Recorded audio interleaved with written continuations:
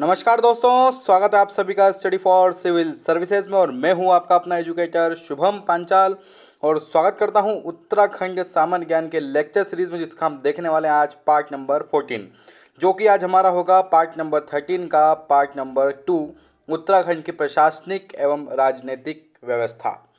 चूँकि आप सभी को ज्ञात होगा कि उत्तराखंड लोक सेवा आयोग की प्रारंभिक परीक्षा, फिर चाहे उत्तराखंड की कोई सी भी जीके से संबंधित कोई एग्ज़ाम्स में, ये वीडियो सीरीज़ बहुत आपके लिए लाभदायक है। इसके लिए मैं आपसे चाहता हूँ, आपसे एक निवेदन करना चाहता हूँ कि अधिक से अधिक इस वीडियो सीरीज़ को आप शेयर करें, लाइक करें। आपके कुछ कमेंट्स हो तो ज़रूर कमेंट्स करें कमेंट बॉक्स में जाके, और साथ में इस चैनल को स्टडी फॉर सिविल सर्विसेज को सब्सक्राइब करना ना भूलें। साथ में आपके एक बेल आइकन आएगा, उस बेल आइकन को भी दबाना ना भूलें। तो ध्यान रखिएगा, चैनल को ज़रूर सब्सक्राइब करना है और बने रहिए हमारे साथ स्टडी फॉर सिविल सर्विसेज के साथ। कुछ वीडियो को शुरू करने के पूर्व मैं आपसे पेड कोर्सेज के बारे में इन्फॉर्मेशन देना चाहूँगा। आप हमारे पेड कोर्सेज ज्वाइन कर सकते हैं प्री मेंस के लिए, जिसमें आप UPSC and other state PSC, MPPCS, BPSC और यूपीपीसीएस की आप प्री एवं मुख्य परीक्षा की तैयारी हमारे साथ जुड़कर कर सकते हैं। यदि आप हमारे पेड कोर्सेज को लेना चाहते हैं तो स्क्रीन पर दिए गए नंबर 8564880530 या 9696060689 पर आप संपर्क कर सकते हैं। साथ ही आप हमारा फ्री टेलीग्राम ग्रुप जरूर ज्वाइन कीजिए, जहां सर्च कीजिए @स्टडी फॉर सिविल सर्विसेज और बने रहिए हमारे साथ। और ध्यान रखिए, चैनल को सब्सक्राइब करना है, अधिक से अधिक इस वीडियो सीरीज़ को शेयर करना है। तो आइए शुरू करते हैं उत्तराखंड की राजनीतिक एवं प्रशासनिक व्यवस्था का भाग नंबर 2। इसके पूर्व में हम उत्तराखंड के बारे में, राजनीतिक ऊपर बोल सकते हैं कि राजनीतिक व्यवस्था के बारे में और कुछ प्रशासनिक व्यवस्था के बारे में हमने उत्तराखंड में देखा। आइए उस पार्ट के आगे लेक्चर शुरू करते हैं। तो है हमारा उत्तराखंड लोक सेवा आयोग। अब उत्तराखंड लोक सेवा आयोग की यदि बात की जाए तो संविधान के भाग 14 में अनुच्छेद 315 से लेकर 323 के मध्य राज्य लोक सेवा आयोग की स्वतंत्रता, कार्य और शक्ति का वर्णन किया गया है। मतलब आप कह सकते हैं कि जो भारतीय संविधान का भाग 14 है, जिसका आर्टिकल 315 अनुच्छेद 323 में उत्तराखंड लोक सेवा आयोग की, मतलब आप कह सकते हैं उत्तराखंड तो है ही साथ में, मतलब राज्य लोक सेवा आयोग की स्वतंत्रता, कार्य एवं उनकी शक्तियों के बारे में यहाँ पर वर्णन किया गया है।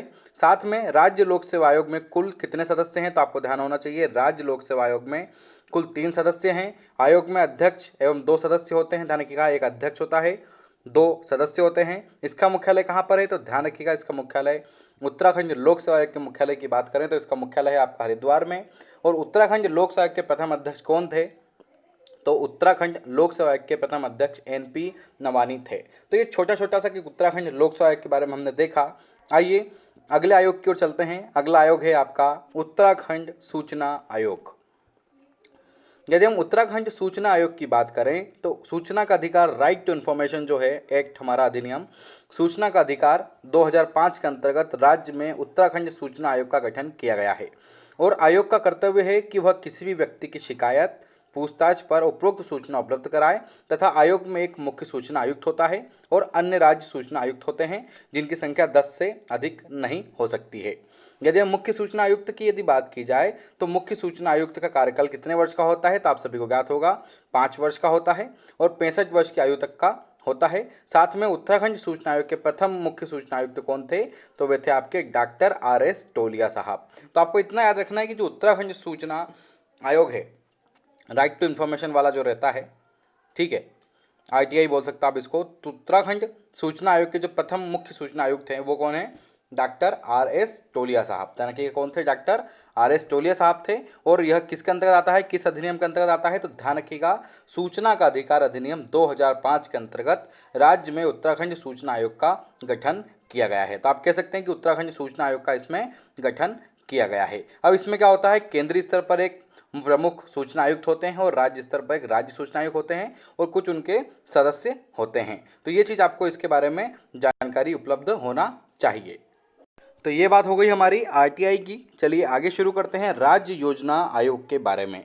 चूँकि आपको ज्ञात होगा कि राज्य सरकार राज्य योजना आयोग का निर्माण क्यों करती है, क्योंकि किस प्रकार से राज्य का विकास किया जाए। तो वही बात है कि नवसृजित उत्तराखंड राज्य हेतु विकास और भविष्य की योजनाओं के लिए नवनिर्माण, उन योजनाओं का क्रियान्वयन एवं धन के आकलन हेतु राज्य योजना आयोग का गठन किया गया है।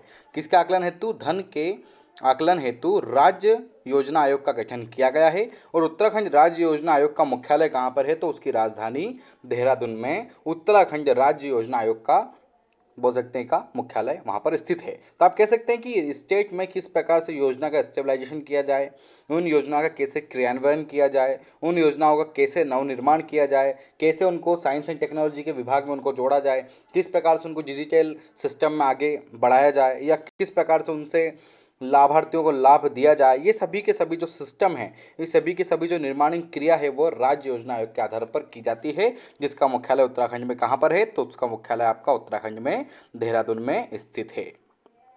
यदि हम राजस्व पुलिस की बात करें, अब देखिए राजस्व पुलिस मतलब क्या है, होता है पटवारी पुलिस व्यवस्था। आपने पहली बार नाम सुना होगा यदि आप अदर स्टेट के हैं, उत्तराखंड राज्य को छोड़कर, परंतु यदि आप उत्तराखंड के हैं तो आप राजस्व पुलिस को भली भांति जानते होंगे, क्योंकि राजस्व पुलिस में यदि हम देखें तो उत्तराखंड देश का एकमात्र ऐसा राज्य है जहाँ राजस्व पुलिस यानी पटवारी पुलिस व्यवस्था लागू है, और यह व्यवस्था आज़ादी के पहले की है। अब आप कहेंगे कि सर यहाँ पुलिस नहीं है क्या? नहीं, पुलिस है, परंतु कुछ क्षेत्रों में आज पुलिस का आधुनिकीकरण हो चुका है, परंतु आज भी पूर्व की जो राजस्व पुलिस प्रणाली है, कई क्षेत्रों में आज भी राजस्व पुलिस प्रणाली के आधार पर ही क्रियान्वयन किया जा रहा है। और यदि हम राजस्व पुलिस प्रणाली की यदि बात की जाए तो राज्य में कुमाऊं के तत्कालीन कमिश्नर रेमजे, ध्यान रखिएगा क्या नाम है इनका, रेमजे, राज्य में तत्कालिक, कलर चेंज कर लेते हैं, ये राज्य में कुमाऊं के तत्कालीन कमिश्नर रेमजे की सिफारिश से राजस्व पुलिस की स्थापना 1874 से लागू हुई है। कब से चालू हुई है? 1874 से लागू है। तो आप कह सकते हैं कि राज्य में कुमाऊं के तत्कालीन कमिश्नर रेमजे की सिफारिश से राजस्व पुलिस की स्थापना 1874 ईस्वी से लागू है। तो आप कह सकते हैं कि उत्तराखंड स्टेट में राजस्व पुलिस की स्थापना 1874 से शुरू हुई थी। और इसमें होता क्या है कि इस व्यवस्था में पटवारी, कानूनगो, नायब तहसीलदार, तहसीलदार, परगना अधिकारी, जिला अधिकारी व कमिश्नर आते हैं। अब देखिए कुछ इसमें स्टेट पीएससी से सिलेक्ट होते हैं और कुछ इसमें यूपीएससी से सिलेक्ट होते हैं। आप लोग इसको भली भांति जानते होंगे कि कौन सा अधिकारी पीएससी और कौन सा अधिकारी यूपीएससी से सिलेक्ट होते हैं। तो जो राजस्व पुलिस व्यवस्था है इसके अंतर्गत पटवारी हो गया, कानूनगो हो गया, नायब तहसीलदार हो गया, सबके सब पीसीएस की पोस्ट हैं। परगना अधिकारी हो गया, परंतु जिला अधिकारी और कमिश्नर एक यूपीएससी लेवल की पोस्ट है। और अंग्रेजी शासन में कुमाऊं में 19 परगने तथा 125 पटवारी क्षेत्र थे, वहीं गढ़वाल में 86 पटवारी क्षेत्र थे, जिसको यदि हम वर्तमान परिप्रेक्ष्य में देखें तो अब उनका आधुनिकीकरण किया जा रहा है। वहाँ पर अब धीरे धीरे पुलिस प्रणाली शुरू की जा रही है। और बताना चाहता हूँ कि जो राजस्व पुलिस व्यवस्था है, ये राजस्व पुलिस व्यवस्था में पुलिस जैसा ही काम राजस्व के अधिकारी भी करते थे। थोड़ा आईपीसी, सीआरपीसी के बारे में जानकारी ना होना, और बोल सकते हैं कि कोर्ट तक कई बार ऐसे फैसले इनके द्वारा ही कर दिए जाते थे कि वे आधारभूत नहीं होते थे, वे कोर्ट तक नहीं जाया करते थे। तो कहीं ना कहीं आप बोल सकते हैं कि इसमें एक भेदभाव जरूर देखने को मिल सकता है। तो उस चीज़ को अब धीरे धीरे गवर्नमेंट खत्म कर रही है, और वर्तमान में अब धीरे धीरे आप देखेंगे कि कई क्षेत्रों में पुलिस व्यवस्था भी शुरू हो चुकी है। तो ये थी आपकी राजस्व व्यवस्था। यदि हम अगले टॉपिक की बात करते हैं तो वह हमारा अगला टॉपिक महाधिवक्ता। आप लोग भली भांति ज्ञात होंगे, यदि आपने संविधान नहीं देखा है तो आप स्टडी फॉर सिविल सर्विसेज की प्लेलिस्ट को खोलिए, वहाँ और आप देखिए संविधान का पापा वीडियो डला है, और इस SCS आपके लिए लगातार निरंतर लगा हुआ है। हमारा शुरू से कहना है कि वीडियो बिल्कुल फ्री रहेंगे, फ्री हैं हमेशा, भविष्य में भी फ्री रहेंगे, ये हमारा कमिटमेंट है। साथ में चैनल को जरूर सब्सक्राइब कीजिएगा, आपके लिए ही जरूर सब्सक्राइब कीजिए, अधिक से अधिक इसको शेयर कीजिए। तो आइए शुरू करते हैं महाअधिवक्ता के बारे में। यदि महाअधिवक्ता की बात की जाए तो भारतीय संविधान के अनुच्छेद 165 के अंतर्गत राज्य में राज्यपाल द्वारा महाअधिवक्ता की नियुक्ति का प्रावधान किया गया है। कौन से अनुच्छेद के अंतर्गत? आर्टिकल 165 के अंतर्गत राज्य में राज्यपाल द्वारा महाधिवक्ता की नियुक्ति का प्रावधान किया गया है। मतलब आपको समझ में आ गया होगा कि राज्यपाल द्वारा महाधिवक्ता की नियुक्ति की जाती है, जो कि राज्य का सबसे बड़ा सर्वोच्च विधि अधिकारी होता है। आप कह सकते हैं कि महाधिवक्ता राज्य का सर्वोच्च विधि अधिकारी होता है तथा राज्यपाल के प्रसाद पर्यंत तक पद धारण करता है। मतलब राज्यपाल चाहे जब तक उसके पद पर बना रहता है, और महाधिवक्ता राज्य विधानसभा तथा विधान परिषद की बैठकों में भाग लेता है, परंतु बोल सकता है, परंतु जिस प्रकार आपको ज्ञात होगा कि राज्यपाल के द्वारा ये मनोनीत किया जाता है, महाधिवक्ता बनाया जाता है, तो ये मतदान नहीं कर सकता था। हकीकत जितने भी व्यक्ति हैं जो मनोनीत किए जाते हैं उनको मतदान करने की आवश्यकता, बोल सकते हैं कि मतदान करने की जो पावर है वो उसमें नहीं मिलती, फिर वो चाहे ऊपर हो, आंग्ल भारतीय समुदाय की बात हो, चाहे महाधिवक्ता की बात हो। देखिए मैं आपको एक इन्फॉर्मेशन और देना चाहता हूँ महाधिवक्ता के साथ में अभी हमने देखा कि किस प्रकार महाधिवक्ता होते हैं। इसी प्रकार आपने सुना होगा आंग्ल समुदाय।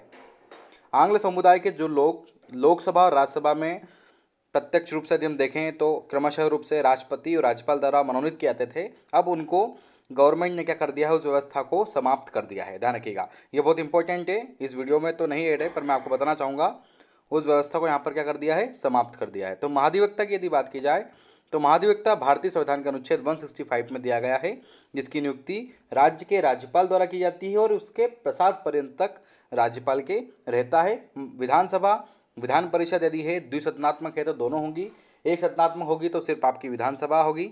तो इन दोनों में बैठकों में भाग ले सकता है, मतदान नहीं कर सकता और विधि विषयों पर राज्यपाल को सलाह देता है कौन, महाधिवक्ता। तो आइए यदि देख लेते हैं कि महाधिवक्ता कौन थे उत्तराखंड राज्य के प्रथम, तो वे थे आपके मेहरबान सिंह नेगी साहब। तो आप कह सकते हैं कि उत्तराखंड के प्रथम महाधिवक्ता मेहरबान सिंह नेगी जी थे। अब आइए शुरू करते हैं विधान मंडल की। यदि राज्य के विधानमंडल की बात की जाए तो सर्वोत्तम जो ऊपर वाला स्थान होता है वो होता है आपके राज्यपाल का। देखिए किसका होता है, राज्यपाल का। तो आप कह सकते हैं कि विधानमंडल में सबसे ऊपर राज्यपाल का स्थान है, उसके हस्ताक्षर के बिना कोई कानून प्रवर्तन में नहीं आ सकता। राज्यपाल विधानसभा के अधिवेशन को आहूत करता है, सत्रावसान करता है और उसका विघटन करता है। धनकी का उसका क्या करता है, उसको मतलब बोल सकते हैं विधानसभा के अधिवेशन को बुलाना, उसका सत्रावसान करना या उसको विघटन करने की जो पावर है वो किसकी पावर है, राज्यपाल की पावर है। वह सदन का सत्र शुरू होने पर सदन में अभिभाषण करता है, बजट रखवाता है, साक्ष्य को निरर्हताओं का विनिश्चय करता है, विधेयकों को राष्ट्रपति के पास भेजने के लिए आरक्षित करता है। विशेष परिस्थितियों में जब सदन में कोई सत्र ना हो तब अध्यादेश जारी करने की शक्ति अनुच्छेद 213 में दी गई है राज्य के राज्यपाल को, और ये सभी के सभी राज्यपाल के एक विधायी कार्य के रूप में माने जाते हैं। तो आप कह सकते हैं कि कहीं ना कहीं विधानमंडल में जो सर्वोच्च स्थान है वो राज्यपाल का है, और राज्यपाल की हमने विधायी शक्तियों के बारे में यहाँ पर देखा। आइए अब हम बात करते हैं विधायी संरचना के बारे में कि उत्तराखंड राज्य का विधायी संरचना कितने सदनात्मक है। एक सदनात्मक होगी तो सिर्फ आपकी विधानसभा होगी, यदि द्विसदनात्मक होगी, माफ कीजिएगा, तो आपकी विधानसभा और विधान परिषद दोनों होगी।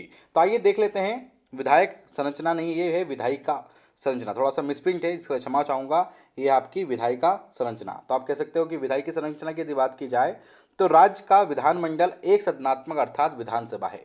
एक सदनात्मक है अर्थात मतलब आप कह सकते हैं कि यहाँ पर सिर्फ विधानसभा है। और कुल लोकसभा क्षेत्र की संख्या कितनी है, तो कुल लोकसभा निर्वाचन क्षेत्र की संख्या 5 है, जिनमें गढ़वाल, अल्मोड़ा, नैनीताल, टिहरी और हरिद्वार पूर्ण रूप से सुरक्षित है। कौन कौन से हैं, गढ़वाल, अल्मोड़ा, नैनीताल, टिहरी और हरिद्वार आपको देखने को मिल जाएंगे। और राज्य में कुल राज्यसभा क्षेत्रों की संख्या कितनी है, तो राज्यसभा क्षेत्रों की संख्या कितनी होगी, सीट आपकी 3। तो आप कह सकते हैं कि लोकसभा क्षेत्रों की संख्या 5 है, राज्यसभा क्षेत्रों की संख्या 3 है, और यहाँ का एक सदनात्मक अर्थात सिर्फ और सिर्फ आपकी विधानसभा आपको देखने को मिलेगी।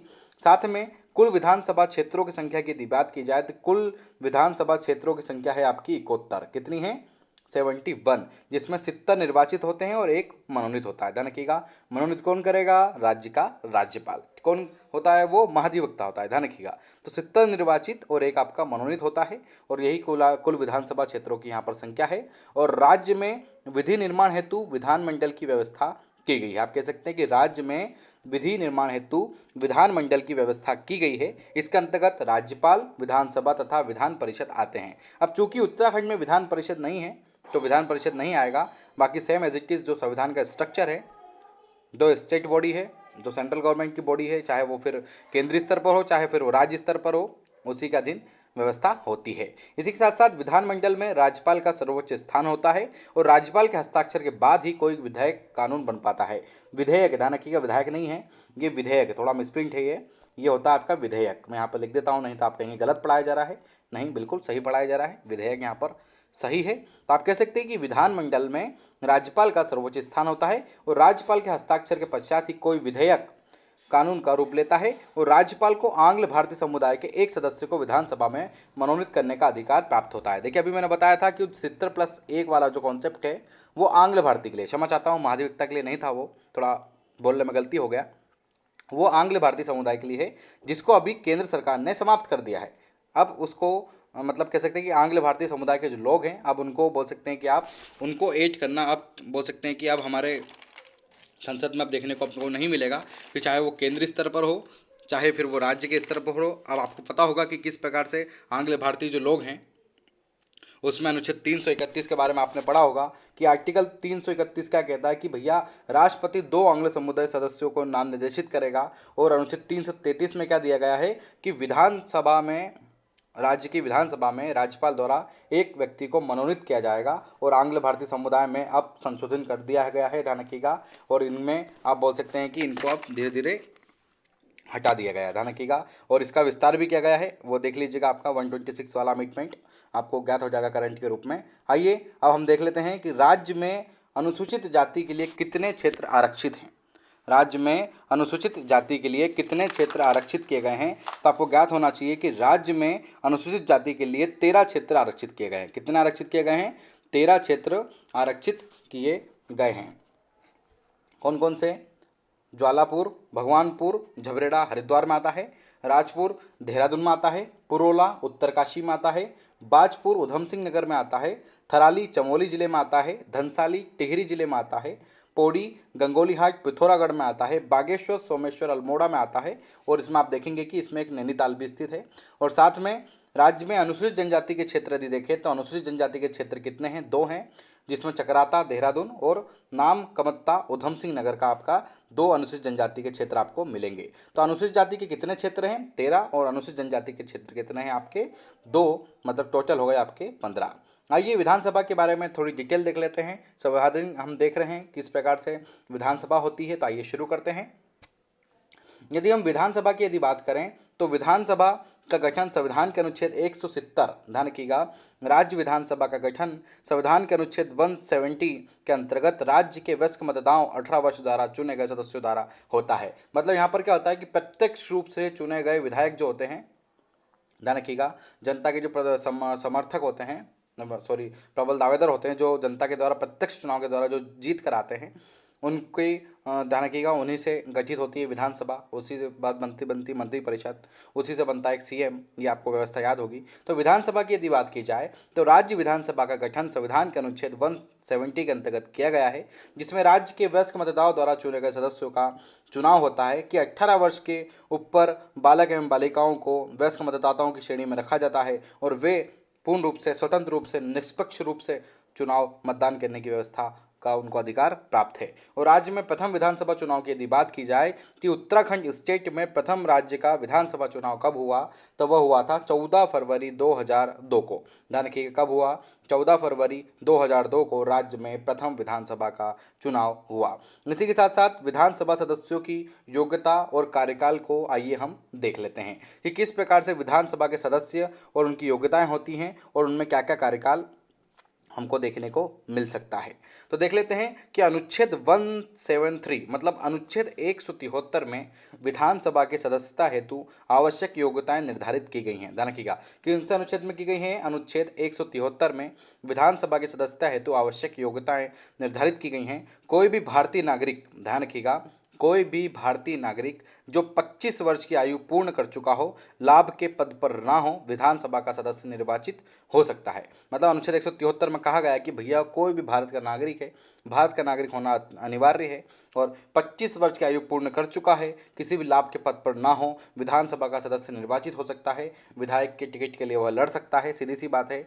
और कोई भी विधानसभा का निर्वाचित सदस्य पद धारण करने के पूर्व तीसरी सूची के अंतर्गत राज्यपाल या उसके प्रतिनिधि द्वारा शपथ लेता है। मतलब यदि वह जीतता है तो उसके पद की जो गोपनीयता होती है, जो उसकी शपथ होती है, वह राज्यपाल द्वारा दिलाई जाती है। यदि राज्यपाल उपस्थित नहीं है तो फिर राज्यपाल के जो प्रतिनिधि होते हैं वे उनको सदस्यता ग्रहण करवाते हैं। इसी के साथ साथ यदि विधानसभा के कार्यकाल की बात की जाए तो ध्यान रखिएगा, विधानसभा का कार्यकाल आपका पूर्णतः 5 वर्ष का होता है। यद्यपि राज्यपाल मुख्यमंत्री के सलाह पर इसे पूर्व विधानसभा भी विघटित कर सकता है। ध्यान रखिएगा, मुख्यमंत्री यदि इस्तीफा दे दे तो आप सभी को ज्ञात है कि विधानसभा भंग हो जाती है, या राष्ट्रपति शासन लग जाए तो विधानसभा भंग हो जाती है। और सामान्य कार्यकाल कितने वर्ष का होता है, तो उनका होता है 5 वर्ष का। और यदि विधानसभा को भंग करना है तो उसमें जो गणपूर्ति के लिए जो कोरम है वो 1/10 दे रखी है, ये भंग करने के लिए नहीं दे रखी है। 1/10 ये कोरम जो दे रखी है ये विधानसभा की बैठक के लिए दे रखी है। माफ़ी चाहूँगा कि विधानसभा की बैठक कब होगी, जब कुल व्यक्तियों में से उसका 1/10 सदस्य उस सदन में उपस्थित हों, तभी उस सदन की कार्यवाही चलेगी और दोनों विधानसभाओं के सत्र के बीच में 6 माह से अधिक का समय अंतराल नहीं होना चाहिए। ध्यान रखिएगा, 6 माह से अधिक का समय अंतराल दोनों विधानसभा सत्रों के बीच में नहीं होना चाहिए। आइए अब हम चर्चा करते हैं उत्तराखंड की विधानसभाओं के बारे में। यदि हम अंतरिम व्यवस्था 2002 की बात करें तो अंतरिम विधानसभा, ध्यान रखिएगा, माफ कीजिएगा, अंतरिम विधानसभा 2002 की बात की जाए तो अंतरिम विधानसभा 2002 में राज्य के पुनर्गठन के बाद 30 विधायकों के साथ राज्य की प्रथम अंतरिम विधानसभा का गठन किया गया। ध्यान रखिएगा, राज्य की प्रथम अंतरिम विधानसभा का गठन किया गया, जिसमें 23 सदस्य भाजपा के, 3 सदस्य सपा के तथा 2 सदस्य बसपा और कांग्रेस के थे। और अंतरिम विधानसभा के अध्यक्ष कौन थे? ध्यान रखिएगा, वे थे आपके प्रकाश पंत। मतलब प्रथम विधानसभा बोलिए या अंतरिम विधानसभा बोलिए आप, तो उसके प्रथम अध्यक्ष कौन थे? प्रकाश पंत थे। और प्रथम नवनिर्वाचित विधानसभा 14 फरवरी 2002 को प्रथम विधानसभा चुनाव हुए। आप कह सकते हैं कि 14 फरवरी 2002 को प्रथम विधानसभा के चुनाव हुए थे, जिसमें कांग्रेस को 36, भाजपा को 19 सीटें, बसपा को 1 सीटें और उक्रांत को 4 सीटें, रांकापा को 1 सीटें और 8 सीटें निर्दलीय विधायकों को प्राप्त हुई। और दूसरी नवनिर्वाचित विधानसभा कब हुई थी? तो ध्यान रखिएगा, 21 फरवरी 2007 को दूसरा विधानसभा चुनाव हुआ। पहला 2002 को, फिर दूसरा हुआ था आपका 21 फरवरी 2007 को, जिसमें भाजपा को 36 सीटें मिली, कांग्रेस को 20 सीट मिली, बसपा को 8 सीट मिली, उक्रांत को 3 सीट मिली तथा 3 सीट निर्दलीय विधायकों को प्राप्त हुई। और इसके बाद यदि हम तृतीय की बात करें तो तृतीय निर्वाचन विधानसभा कब हुआ था? 30 जनवरी 2012 को। तृतीय निर्वाचन विधानसभा कब हुई? 30 जनवरी 2012 को तीसरा विधानसभा चुनाव हुआ, जिसमें भाजपा को 31, कांग्रेस को 32, बसपा को 8 और 3 सीटें निर्दलीय विधायकों को प्राप्त हुई। और ध्यान रखिएगा, आंतरिक मतभेद के कारण राज्य में 3 उपचुनाव कराने पड़े थे और मार्च 2015 तक कांग्रेस के 36 विधायकों के साथ पूर्ण बहुमत प्राप्त हुआ। और 7 मई से 11 मई 2016 तक राज्य में प्रथम बार राष्ट्रपति शासन लगा था। इसके पूर्व के वीडियो में बताया मैंने कि किस किस समय काल में राष्ट्रपति शासन लगा था, उसको जरूर देख लीजिएगा। और अब हम बात करते हैं समितियों की, तो इसमें समितियां कौन कौन सी हैं? तो विधानसभा के पास इतना समय और सुविधाएं नहीं होती है कि वह प्रत्येक मामले पर गहनता से विचार कर सके।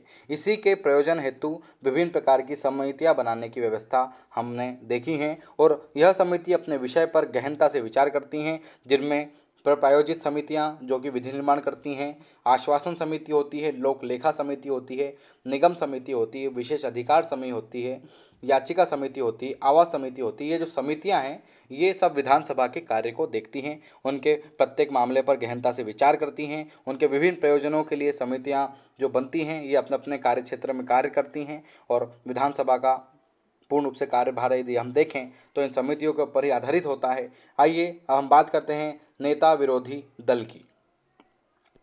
यदि नेता विरोधी दल की बात की जाए तो राज्य विधानसभा में दूसरी सबसे बड़ी पार्टी जो कि सरकार में सम्मिलित ना हो के नेता को विरोधी दल के नेता के रूप में मान्यता देते हुए राज्य के कैबिनेट स्तर के मंत्री के समान सुविधाएं प्रदान की जाती है। मतलब ये क्या करते हैं? जो विपक्ष की भूमिका निभाते हैं। ध्यान रखिएगा, मतलब प्रथम तो जो होते हैं जिनको बहुमत मिलता है वे अपनी सरकार बनाते हैं, और द्वितीय जो दूसरी लंबी पार्टी बड़ी पार्टी होती है वे क्या होती है? विपक्ष में बैठती है। और जो विपक्ष में पार्टी बैठती है उनके कैबिनेट स्तर के मंत्री, जो कैबिनेट स्तर के जो मंत्री हैं उनके समान उनको सुविधाएं प्रदान की जाती है नेता विरोधी दल को। और उन्हें एक पृथक कार्यालय, वेतन भत्ता, सुसज्जित आवास, आवाज नहीं है आवास, ध्यान रखिएगा, सुसज्जित आवास आदि की निःशुल्क सुविधाएं प्रदान भी की जाती हैं। और इसके अतिरिक्त उन्हें वाहन भत्ता, कार्यालय हेतु अपेक्षित कर्मचारियों की सुविधाएं भी प्रदान की जाती है। मतलब जितना पक्ष को बोल सकते हैं कि सुविधाएं मिलती हैं उसके बराबर तो नहीं, परंतु उससे थोड़ा कैबिनेट स्तर के जो मंत्री होते हैं उस मंत्री के इक्वल आप बोल सकते हैं कि जो विपक्षी होती हैं, विपक्ष प्रमुख होता है, उसको आप बोल सकते हैं कि कैबिनेट स्तर के प्रमुख मंत्री के समान वेतन भत्ता या विभिन्न प्रकार की योजना बोल सकते हैं कि विभिन्न प्रकार की उनको व्यवस्था दी जाती है, जिसमें पृथक कार्यालय होता है, उनका वेतन भत्ते मिलते हैं, सुसज्जित आवास होता है सरकारी की, निःशुल्क वाहन होते हैं, है ना, कर्मचारी होते हैं। ये सारी चीज़ें हमको उसमें देखने को मिलती हैं। आइए बात करते हैं सचिवालय की। यदि सचिवालय की बात की जाए तो राज्य विधानसभा का अपना खुद का सचिवालय होता है और इसकी कार्यप्रणाली राज्य सरकार के अन्य सचिवालय तथा सचिवों से पूर्ण रूप से स्वतंत्र मानी जाती है। तो आप कह सकते हैं कि जो राज्य विधानसभा है उसका खुद का एक सचिवालय होता है और उसकी जो कार्यप्रणाली है वो राज्य सरकार के सचिवालय और सचिवों से पूर्ण रूप से स्वतंत्र है। और सचिवालय को विभिन्न अनुभवों में विभक्त किया गया है जो कि सदनीय, लेखा, कार्यवाही तथा अन्य गठित समितियों का कामकाज देते हैं, जिसमें वरिष्ठ आईएएस ऑफिसर, विभिन्न प्रकार के आईएएस ऑफिसर यहाँ पर आपको देखने को मिलेंगे। राज्य लोक सेवा से संबंधित अधिकारी भी आपको यहाँ पर मिलेंगे, अन्य कर्मचारी भी आपको यहाँ पर मिलेंगे जो कि विभिन्न प्रकार का कामकाज आपका देखते हैं। अब आइए बात करते हैं न्यायपालिका की। यदि न्यायपालिका की बात की जाए तो न्यायपालिका शासन का तीसरा महत्वपूर्ण अंग माना गया है। बिल्कुल, न्यायपालिका शासन का तीसरा महत्वपूर्ण अंग माना गया है। देखिए, न्यायपालिका शासन का तीसरा महत्वपूर्ण अंग माना गया है, परंतु न्यायपालिका सर्वोत्तम है, सबसे ऊपर है। ध्यान रखिएगा, हमारे देश की सबसे पहले व्यवस्था न्यायपालिका ही है, ध्यान रखिएगा। परंतु शासन का तीसरा महत्वपूर्ण अंग माना गया है, जिसके अंतर्गत उच्च तथा अधीनस्थ न्यायालय आते हैं और इसे नागरिकों के अधिकार का रक्षक और संविधान का सजग प्रहरी भी कहा जाता है। आपने सुना होगा संविधान का संरक्षक कौन है, तो भारतीय न्यायपालिका संविधान का संरक्षक मानी जाती है, नागरिकों के अधिकारों का रक्षक मानी जाती है। वो कौन है आपकी, वह आपकी न्यायपालिका। और भारतीय संविधान के अनुच्छेद 214 के अंतर्गत राज्य के लिए एक उच्च न्यायालय की स्थापना की गई है। ध्यान रखिएगा, 124 में और 214 में, ये बहुत इंपॉर्टेंट है, दो अनुच्छेद याद रखिएगा कि संविधान के अनुच्छेद 214 के अंतर्गत राज्य के लिए एक उच्च न्यायालय की व्यवस्था की गई है। और राज्य में उच्च न्यायालय की स्थापना 9 नवंबर 2000 को देश के 20वें उच्च न्यायालय के रूप में नैनीताल में की गई थी। मतलब उत्तराखंड में हाईकोर्ट की स्थापना कब हुई, तो 9 नवंबर 2000 को उत्तराखंड में हाईकोर्ट की स्थापना हुई और ये देश का 20वां हाईकोर्ट था जो कि नैनीताल में बनाया गया। और उत्तराखंड उच्च न्यायालय के प्रथम मुख्य न्यायाधीश की बात करें तो अशोक ए देसाई साहब उत्तराखंड न्यायालय के प्रथम मुख्य न्यायाधीश माफ कीजिएगा थे। और इसी के साथ साथ यदि उत्तराखंड में मुख्य न्यायाधीश के साथ साथ कितने सारे न्यायाधीश होते हैं, तो ध्यान रखिएगा, जो उत्तराखंड स्टेट हाईकोर्ट है, उत्तराखंड हाईकोर्ट है, उसमें एक मुख्य न्यायाधीश और कुल न्यायाधीशों की संख्या, अन्य न्यायाधीशों की संख्या 8 होती है। और इसी के साथ साथ राज्य में देहरादून तथा उधम सिंह नगर में पूर्व से स्थायी लोक अदालत गठित की जा रही है। तो क्वेश्चन अगर आ गया कि स्थायी लोक अदालत कहाँ कहाँ पर है, तो देहरादून और उधम सिंह नगर में स्थायी लोक अदालत गठित है। इसी के साथ साथ अल्मोड़ा, पौड़ी, हरिद्वार, टिहरी, नैनीताल में स्थायी लोक अदालत गठित करने का निर्णय भी राज्य सरकार द्वारा लिया गया है कि अल्मोड़ा, पौड़ी, हरिद्वार और टिहरी, नैनीताल में भी स्थायी लोक अदालत गठित की जाए। आइए अब बात करते हैं उच्च न्यायालय से संबंधित उच्च न्यायालय भवन की, कि उच्च न्यायालय भवन नैनीताल में जो बनाया गया है उसके बारे में क्या क्या जीके संबंधित जानकारी हो सकती है, वो हम इसमें देख लेते हैं। तो नैनीताल उच्च न्यायालय का भवन 100 वर्ष से अधिक पुराना है और इस भवन का निर्माण अंग्रेजी शासनकाल में लेफ्टिनेंट गवर्नर एंटोनी मैकडोवल ने कराया। ध्यान रखिएगा, अंग्रेजी शासनकाल में लेफ्टिनेंट गवर्नर एंटोनी मैकडोवल ने इसका निर्माण कराया। और बीच में कुछ समय के लिए इसमें ब्रांसडेन स्कूल था। आगे चलकर जो उत्तर प्रदेश सरकार ने नैनीताल को जब ग्रीष्मकालीन राजधानी बनाया तो इसने उसका खुद का उपयोग सचिवालय भवन के लिए भी किया गया था। मतलब आप कह सकते हैं कि ये जो भवन है, पहले ये थोड़े समय के लिए स्कूल रहा, फिर उसके बाद उत्तर प्रदेश सरकार जब नैनीताल में ग्रीष्मकालीन राजधानी बनी, जब नैनीताल ग्रीष्मकालीन राजधानी बनी, तब इसका सचिवालय भवन के रूप में इसका उपयोग किया गया। और इस भवन का रेपिडेशन फोर्स आरएफ के अवकाश शिविर मुख्यालय के रूप में भी उपयोग हुआ है। मतलब जो सीआरपीएफ है, सेंट्रल रिजर्व पुलिस फोर्स का जो एक भाग है, आरएएफ रैपिड एक्शन फोर्स जो है, उसका जो अवकाश शिविर मुख्यालय है उसके रूप में भी इस बोल सकते हैं कि जो हमारा क्या बोल सकते हैं कि जो भवन है इसका उपयोग किया गया। और नैनीताल में ग्रीष्मकालीन राजधानी हटने के बाद इसमें कई सरकारी कार्यालय भी कार्यरत हैं और आप वर्तमान में आप देखिए कि अब वहाँ पर हाईकोर्ट लगती है। तो आप कह सकते हैं कि कितना महत्वपूर्ण भवन है, पूछ सकते हैं इसके बारे में। आइए अगले की बात करते हैं। अगला है हमारा टॉपिक लोकायुक्त के बारे में। चूँकि अभी करंट अफेयर्स में लोकायुक्त बहुत इंपॉर्टेंट रहा है और इससे क्वेश्चंस बन सकता है, लोकायुक्त के बारे में क्वेश्चन आते हैं, ध्यान रखिएगा, पढ़ लीजिएगा, बहुत इंपॉर्टेंट है लोकायुक्त के बारे में। तो आइए शुरू करते हैं। लोकायुक्त के बारे में देख लेते हैं कि राज्य शासन प्रशासन में के दुरुपयोग, भ्रष्टाचार, कदाचार संबंधी शिकायतों तथा अधिकथनों का अन्वेषण करने व राज्य सरकार को इस संबंध में संस्तुति भेजने हेतु लोकायुक्त संगठन स्थापित करने संबंधी एक नया विधेयक राज्य विधानसभा द्वारा 1 नवंबर 2011 को पारित किया गया। कब पारित किया गया? 1 नवंबर 2011 को पारित किया गया। क्या पारित किया गया कि राज्य में लोकायुक्त का बोल सकते हैं कि लोकायुक्त की स्थापना की जाए और इसमें मुख्यमंत्री सहित सभी मंत्रीगण सहित सभी लोक सेवक जांच दायरे के अंतर्गत आते हैं। ध्यान रखिएगा, जो लोकायुक्त प्रणाली है अब तो वर्तमान में बहुत इसका विस्तार हो चुका है, परंतु जो लोकायुक्त है उसके अंतर्गत आप कह सकते हैं कि राज्य के मुख्यमंत्री के साथ सभी मंत्री, अन्य विधायक तथा सभी लोक सेवा के अधिकारी भी अब लोकायुक्त के क्षेत्र के अंतर्गत आपको देखने को मिलेंगे। जिस प्रकार से लोकपाल और लोकायुक्त अधिनियम 2013 अभी आया है वो आप देख लीजिएगा, करंट अफेयर्स में बहुत इंपॉर्टेंट टॉपिक है, हम इसमें चर्चा तो नहीं कर सकते उसकी। और इस कानून के अनुसार लोकायुक्त संगठन में एक अध्यक्ष, 5 सदस्य, जरूरत के मुताबिक अधिकतम यहाँ पर 7 सदस्य होंगे और अन्य 20 साल के अनुभव वाले विधिक पृष्ठभूमि के लोग भी होंगे कि जो अनुभवी व्यक्ति हैं उनको भी इसमें रखा जाएगा। बाकी आधे सदस्य लोक सेवा आयोग के होंगे, लोक सेवा से संबंधित मतलब लोक सेवा आयोग से सिलेक्टेड लोग होंगे, अन्वेषण सत्कर्ता वाले होंगे, भ्रष्टाचार के विरुद्ध कार्य करने वाले लोग होंगे, शासन, वित्तीय प्रबंधन, पत्रकारिता अर्थात सूचना अभियांत्रिकी में न्यूनतम जिनको 20 वर्ष का अनुभव होगा वे व्यक्ति इस संगठन में होंगे। ध्यान रखिएगा, वे व्यक्ति इस संगठन में होंगे। और यदि मैं आपको लोकायुक्त की बात बता दूं कि सेंट्रल स्टेट पे जो केंद्रीय स्तर पर यदि हम देखें तो ध्यान रखिएगा, एक अध्यक्ष होता है और होते हैं आपके अधिकतम 8 सदस्य होते हैं। ध्यान रखिएगा, जिसमें से 50% न्यायिक होते हैं और बाकी 50% ST, SC, OBC तथा अन्य जो विभिन्न प्रकार के हमारे निकाय हैं उनसे संबंधित होते हैं केंद्रीय स्तर पर। परंतु यहाँ पर बात हो रही है राज्य स्तर पर। ध्यान रखिएगा, माफ़ी चाहूँगा, यहाँ पर बात हो रही है राजकीय स्तर पर। नए विधेयक के अनुसार किसी भी शिकायत पर सुनवाई के लिए लोकायुक्त के 3 विंग है, अन्वेषण शाखा, परियोजना शाखा और न्यायिक शाखा। मतलब अब जो है लोकायुक्त को 3 भागों में बांट दिया गया है, उसके अलग अलग एक विंग बना दिया गया, अलग अलग भाग बना देगा, जैसे अलग अलग ऑफिस होता है ना, इसी प्रकार बना दिया गया है, अलग अलग शाखाएं बना दी गई। एक है अन्वेषण शाखा, एक है आपकी परियोजना शाखा और एक है आपकी न्यायिक शाखा। और किसी शिकायतदार, ध्यान रखिएगा शिकायत 3 ही है, शिकायतदार आवेदन पर अथवा किसी मामले को संज्ञान लेकर लोकायुक्त नोटिस भेज सकता है। और राज्य की विजिलेंस सतर्कता इकाई लोकायुक्त के अधीन भी रखी गई, मतलब राज्य की जो विजिलेंस डिपार्टमेंट है, जो सतर्कता विभाग है, उसको भी अब लोकायुक्त के अधीन रख दिया गया है। तो लोकायुक्त के बारे में बहुत इंपॉर्टेंट है, पढ़ लीजिएगा। ध्यान रखिएगा, अभी वर्तमान में लोकायुक्त और लोकपाल का बहुत आपने सुना होगा, जो कि प्रथम लोकपाल अभी चुने गए हमारे पिनाकी चंद्र घोष साहब। मैं आपको बता देता हूँ, इससे संबंधित तो है कहीं ना कहीं, आप इसको देख लीजिएगा। आइए अब हम बात करते हैं बहुत इंपॉर्टेंट टॉपिक की, वह है हमारा पंचायती राज व्यवस्था।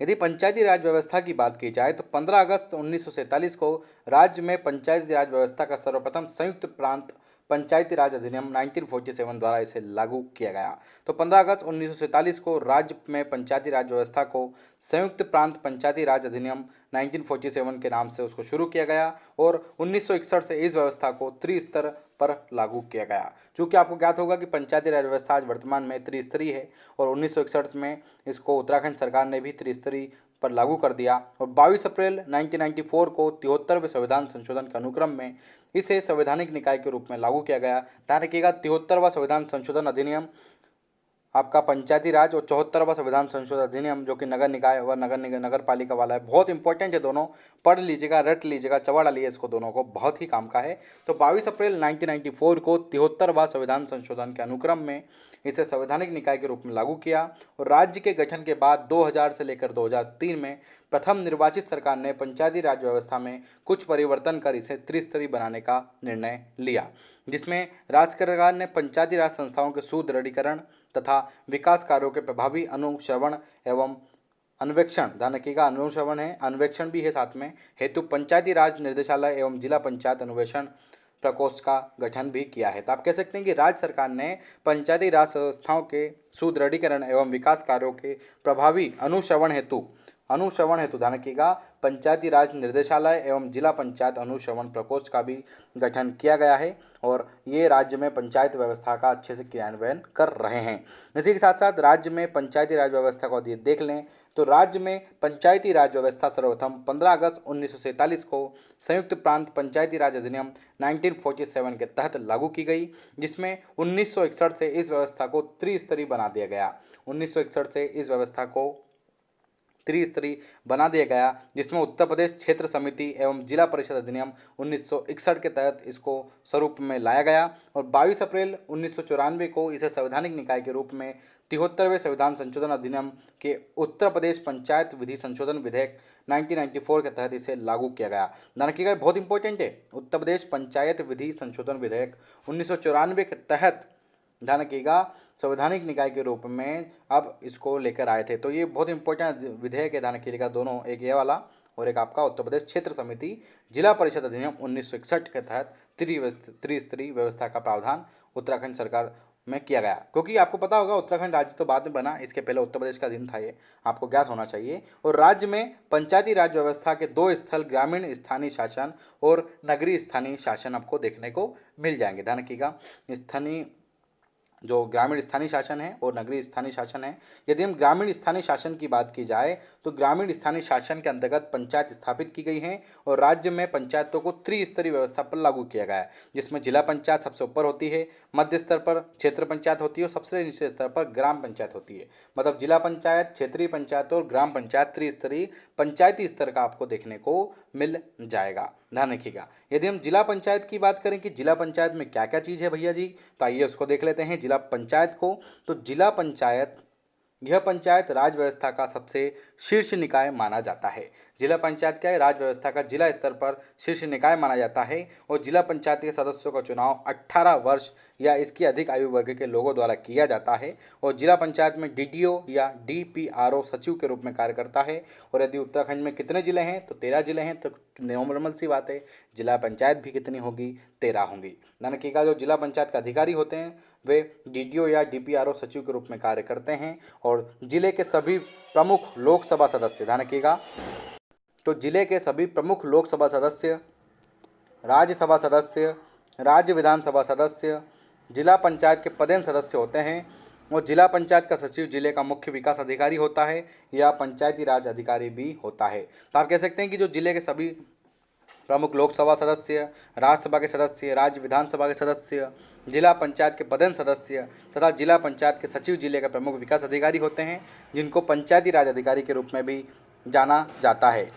इसी के साथ साथ जिला पंचायत अपने सदस्यों में से 6 समितियाँ, ध्यान रखिएगा, जिला पंचायत अपने सदस्यों में से 6 समितियाँ नियोजन एवं विकास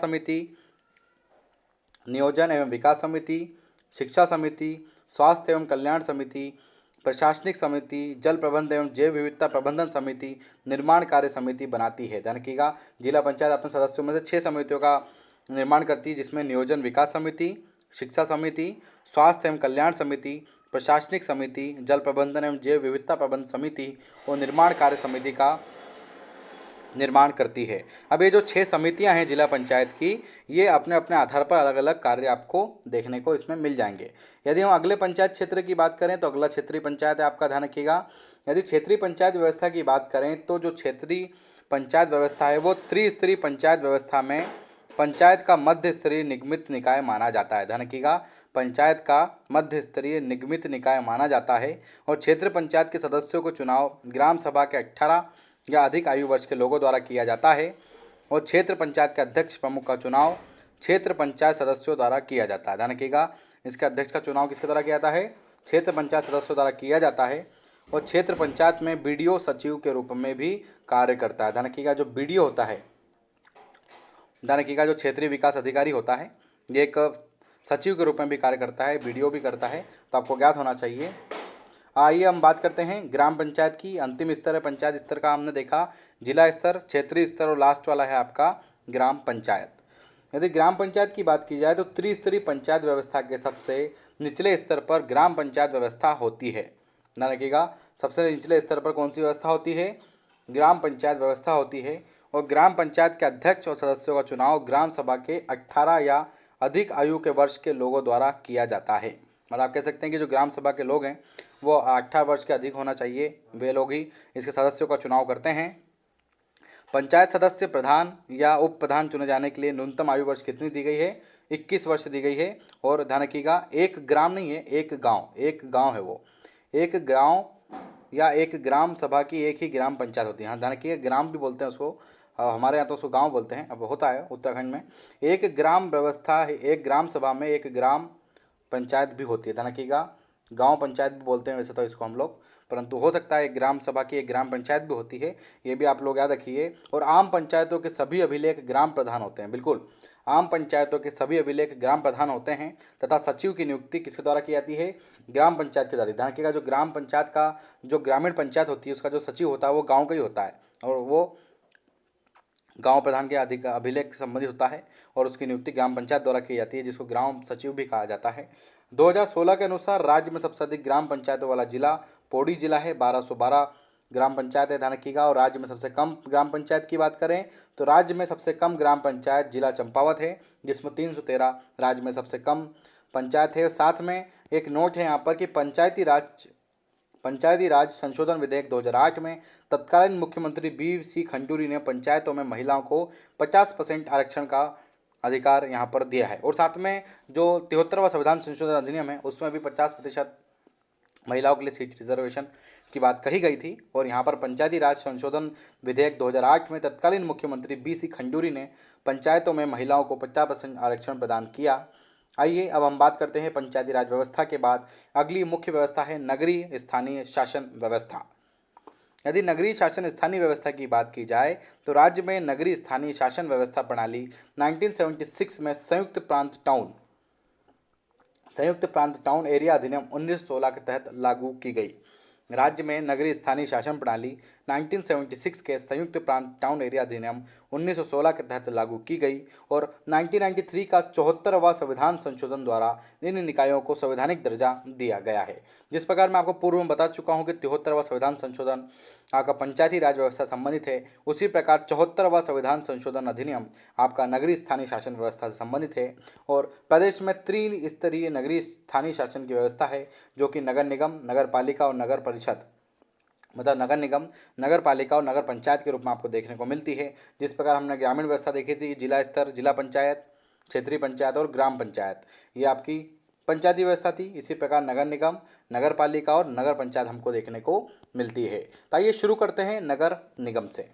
यदि नगर निगम की बात की जाए तो संशोधित नियमों के आधार पर राज्य में नगर निगम का गठन उन नगरों में किया जाता है जिनकी संख्या मैदानी क्षेत्रों में 1 लाख तथा पहाड़ी क्षेत्रों में 90,000 या उससे अधिक होती है। ये ध्यान रखिएगा, सब कुछ जनसंख्या के आधार पर डिपेंडेंट होता है, सब कुछ जनसंख्या के आधार पर डिस्ट्रीब्यूट होता है।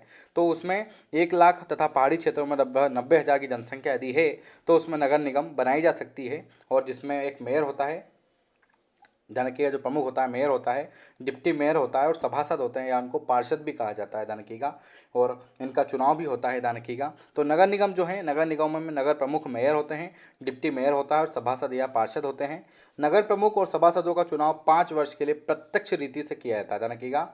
नगर प्रमुख और सभासदों का चुनाव 5 वर्ष के लिए प्रत्यक्ष नीति से किया जाता है, मतलब यहाँ पर हर व्यक्ति उनको अपने अपने जिलों, अपने अपने वार्ड, ध्यान रखिएगा, अपने जिलों में जितने वार्ड है उन वार्डों में से अपने अपने सभासदों और पार्षदों को जिताता है, और वे नगर निगम में जाकर अपना प्रतिनिधित्व दिखाते हैं। और जबकि डिप्टी मेयर के चुनाव की यदि बात की जाए तो जो डिप्टी मेयर का चुनाव है वो अप्रत्यक्ष रीति से होता है, ध्यान रखिएगा। देहरादून, हरिद्वार, हल्द्वानी, काशीपुर, रुद्रपुर, रुड़की आदि नगरों में नगर निगम स्थापित होता है। नगर प्रमुख मतलब मेयर और सभासदों का चुनाव प्रत्यक्ष रूप से, और जो डिप्टी मेयर का चुनाव अप्रत्यक्ष रूप से होता है।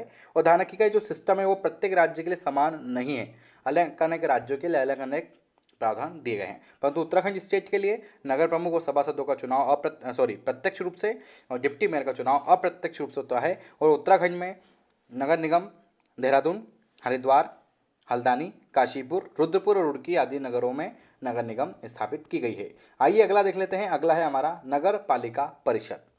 नगर पालिका परिषदों में जनसंख्या 50,000 से 1 लाख के बीच में होती है, पहाड़ी क्षेत्र में 90,000 तक होती है, वहाँ पर नगर पालिका परिषद का गठन किया जाता है। ध्यान रखिएगा, ये आपको जनसंख्या याद होना चाहिए कि इतनी जनसंख्या पर इतने नगर निगम बनेगी, या इतनी जनसंख्या पर इतना नगर पालिका परिषद बनेगी। और नगर पालिका परिषद में जो पालिका अध्यक्ष होता है और सभासद होते हैं, और प्रत्येक का चुनाव 5 वर्षों के लिए प्रत्यक्ष रीति द्वारा किया जाता है। इनका भी चुनाव प्रत्यक्ष चुनाव द्वारा किया जाता है, आम जनता इसके चुनाव में भाग लेती है। और राज्य में कुल 38 नगर पालिका परिषद इसमें कार्यरत हैं। यदि आपको परिषद की लिस्ट देखना है तो वीडियो नंबर 1 देख लीजिएगा, जिसमें आपको दिखाई देगा कि कितनी नगर पालिका आपके राज्य में हैं। आइए अब देख लेते हैं नगर पंचायत। यदि हम नगर पंचायत की बात करें तो नगर पंचायत में जनसंख्या 5,000 से 50,000 तक होती है, ध्यान रखिएगा। तो नगर पंचायत में व्यवस्था 5,000 से 50,000 तक होती है, जहां पर नगर पंचायतों का गठन किया जाता है, जिनका चुनाव 5 वर्ष के लिए प्रत्यक्ष रीति से होता है। राज्य में कुल 46 नगर पंचायत कार्यरत हैं, जिनमें से 3 नगर पंचायत बद्रीनाथ, केदारनाथ, गंगोत्री में चुनाव नहीं होते हैं, यहाँ मनोनीत पंचायत कार्यरत हैं। ध्यान रखिएगा, बद्रीनाथ, केदारनाथ और गंगोत्री में मनोनीत पंचायत हैं, बाकी में आप देखेंगे कि नगर पंचायत का भी प्रत्यक्ष रूप से चुनाव होता है और कुल 46 नगर पंचायत कार्यरत हैं। ये तो थी आपकी नगर पंचायत हमने देखी। आइए अब हम देख लेते हैं, अगला टॉपिक है हमारा वन पंचायत। राज्यों में वनों का प्रबंधन एवं उनके नियंत्रण हेतु वन पंचायत का गठन प्रारंभ कब से हुआ है? तो 1931 से आप बोल सकते हैं कि राज्य में वनों के प्रबंधन एवं उनके नियंत्रण हेतु वन पंचायतों का गठन 1931 से शुरू किया गया है। वन पंचायतों में महिलाओं के लिए 50% आरक्षण दिया गया है। ग्राम पंचायतों की भांति वन पंचायत भी कानूनी संस्थाएं हैं और राज्य में सर्वप्रथम वन कानून 1931 में कुमाऊं में बनाया गया था और राज्य में कुल वन क्षेत्र का लगभग 15.32% भाग वन पंचायत के नियंत्रण के अधीन आता है। कितना?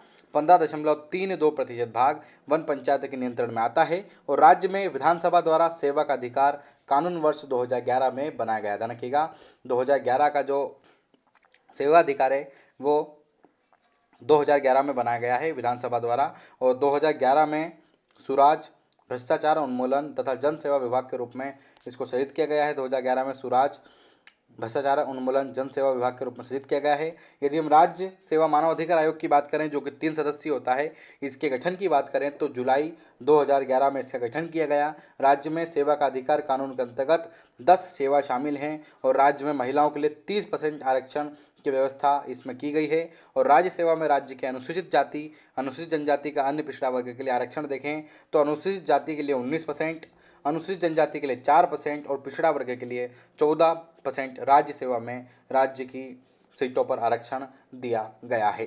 तो ये जो भी हमने देखा, ये थी हमारी उत्तराखंड राज्य की प्रशासनिक एवं राजनीतिक व्यवस्था को आप हमने इस वीडियो में कंप्लीट कर लिया है, जिसके 2 पार्ट हैं। यदि आप इसने इसका पूर्व का पार्ट नहीं देखा है तो जरूर देखिए और बने रहिए स्टडी फॉर सिविल सर्विसेज के साथ और इस वीडियो को अधिक से अधिक शेयर कीजिए और सब्सक्राइब कीजिए हमारे चैनल को और क्लिक कीजिए बेल आइकन को, जिससे आपको समय समय पर हमारे वीडियो की लिंक या वीडियो के बारे में आपको जानकारी प्राप्त हो। तो जय हिंद, वंदे मातरम।